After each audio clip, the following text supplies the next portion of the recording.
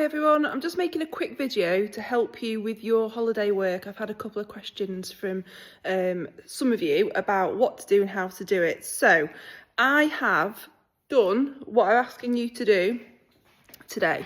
I got up, I drove because the trains aren't working, and I went to Manchester. So I got to Manchester about 9 o'clock, and my aim was to go to Manchester Museum. And I was looking at the theme architecture because that's what quite a lot of you are looking at. So it's one that kind of works for quite a few of you. It doesn't matter what your theme is. It might mean that you go somewhere different. So you might go to a gallery, or you might have been somewhere else completely different in a totally different part of the country or even the world. It doesn't matter where you go. And it also doesn't matter if you've not done it exactly like I've done it. This is just one way of approaching it.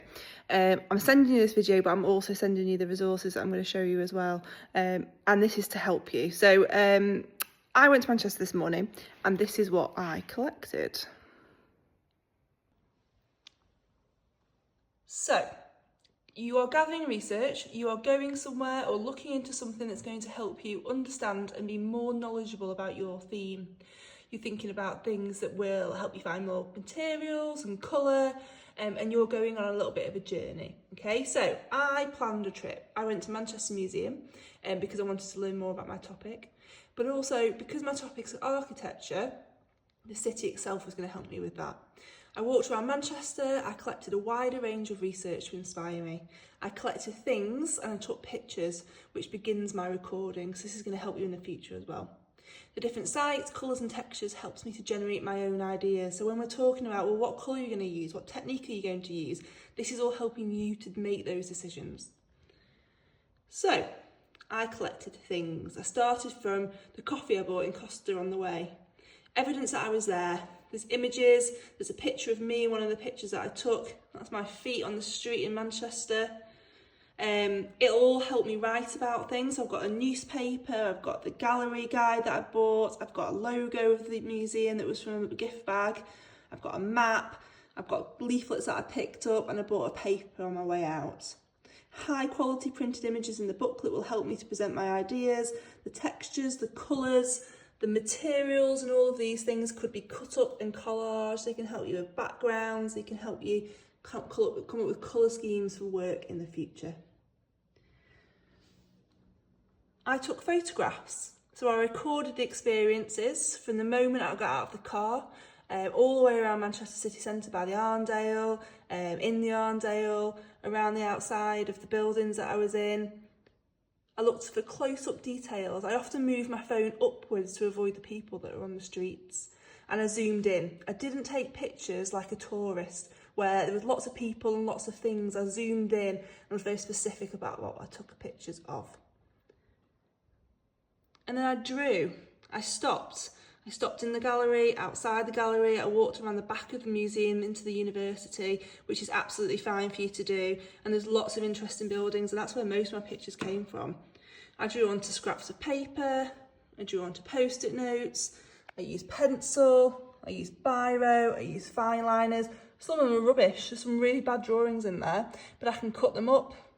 It shows snapshots, I've worked onto found materials, and it gives me somewhere to start.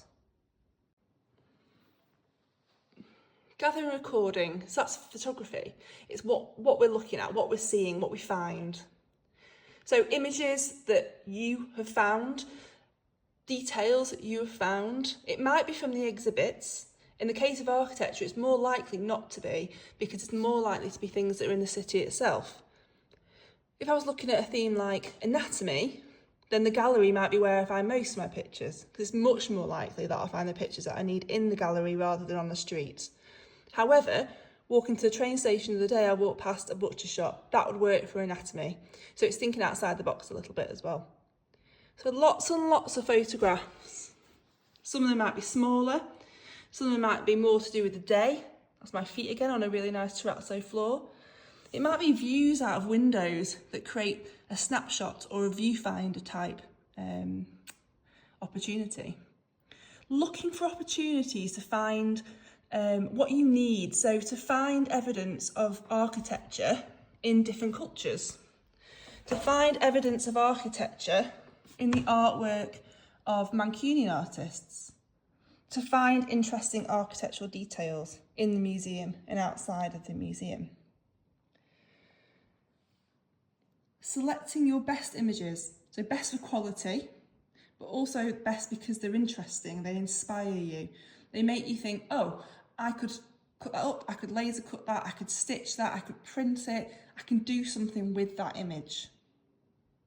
Thinking about printing them at different sizes and scales, you could print them in colour, you could print them in black and white, you could use an Instax or one of those cheap little thermal printers. And for printing at home, you can use Max Spielmann, you can use your home printer, but you can use things like FreePix as well.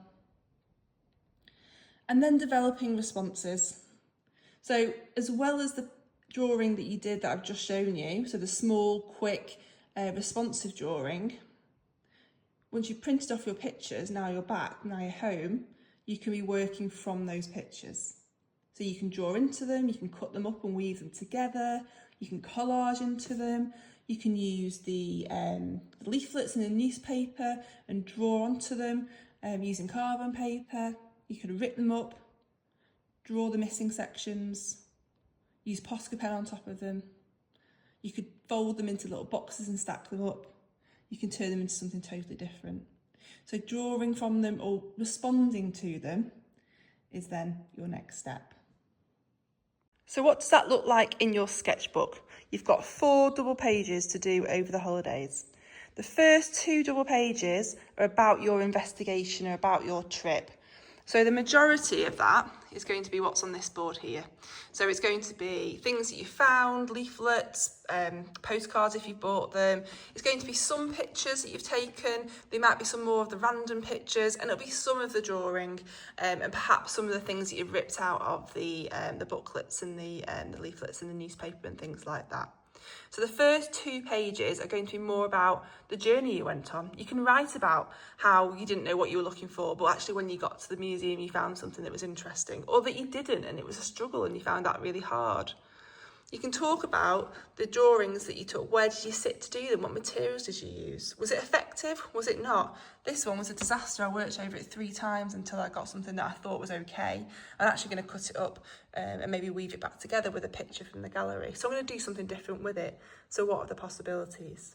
So your first 2 pages in your sketchbook, after the work that you've been doing in school, so after your mind map and your ideas dump and your artist research, it's going to be 1 double page and then a second double page, mostly on this collecting and this sort of initial research. And then you've got 2 more double pages to do.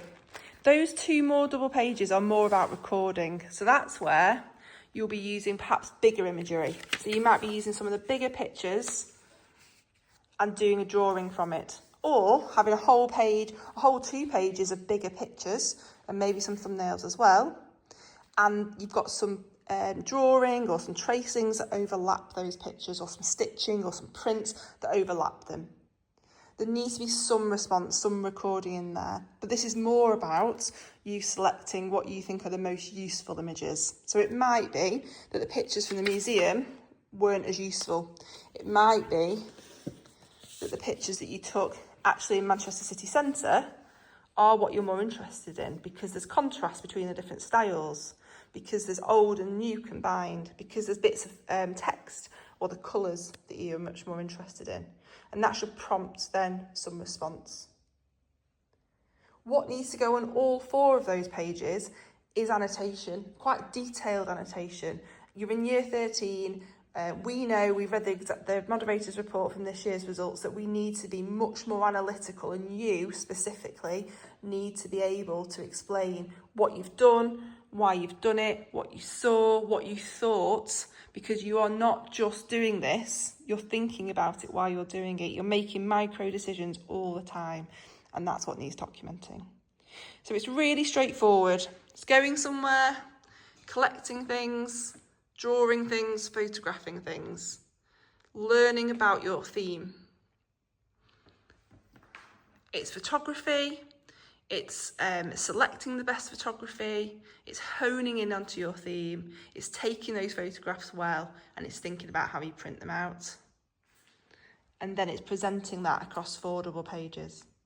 If you don't present it in a linear way, like I've just described, that's fine. But as long as it's got all of those elements, that's what we're looking for. Any issues, any concerns, just give me a shout and I'll get back to you on email. Enjoy the rest of your holiday.